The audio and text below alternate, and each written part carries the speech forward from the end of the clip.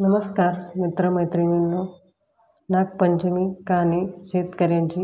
आटपाटनगर होतं. तिथं एक शेतकरी त्याच्या शेतात नागाचं वारूळ होतं. श्रावण मास आला आहे. पंचमीचा दिवस आहे. शेतकरी आपला नित्यप्रमाणे नांगर घेऊन शेतात गेला. नांगरता काय झालं? वारुळात जी नागाची नागकुळ होती त्यांना नांगराचा फाळ लागला. लवकरच ती मेली.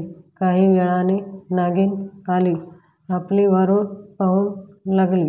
तो तिथं वारूळ नाही, पिलेही नाहीत. इकडे तिकडे पाहू लागली. तेव्हा नांगर रक्तानं भरलेला दिसला. तसं तिला तिच्या मनात आले, ह्याच्या नांगराने माझी पिलं मेली. तो रोष मनात ठेवला. शेतकऱ्यांचा निर्वंश करावा असे तिने मनात आणलं. फुफवतच शेतकऱ्याच्या घरी गेली. मुलाबाळांना, लेकीसुनांना, शेतकऱ्याला व त्याच्या बायकोला दंश.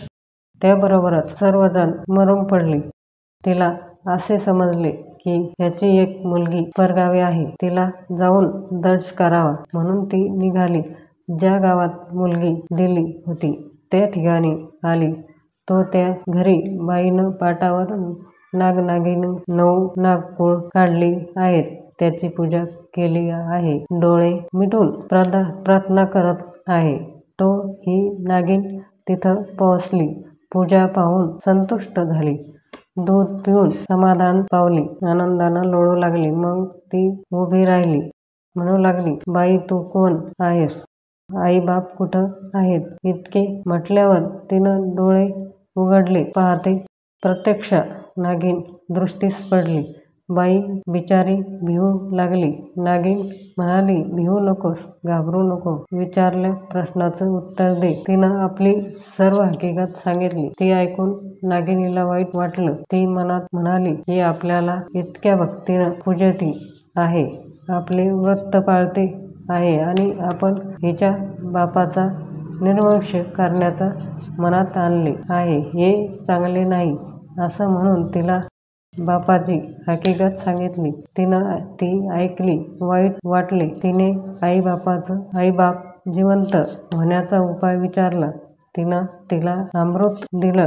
ते घेऊन त्याच पावली ती माहेरी आली. सगळ्या माणसांच्या तोंडात अमृत घातलं. सगळी माणसे जिवंत झाली. सगळ्यांना आनंद झाला.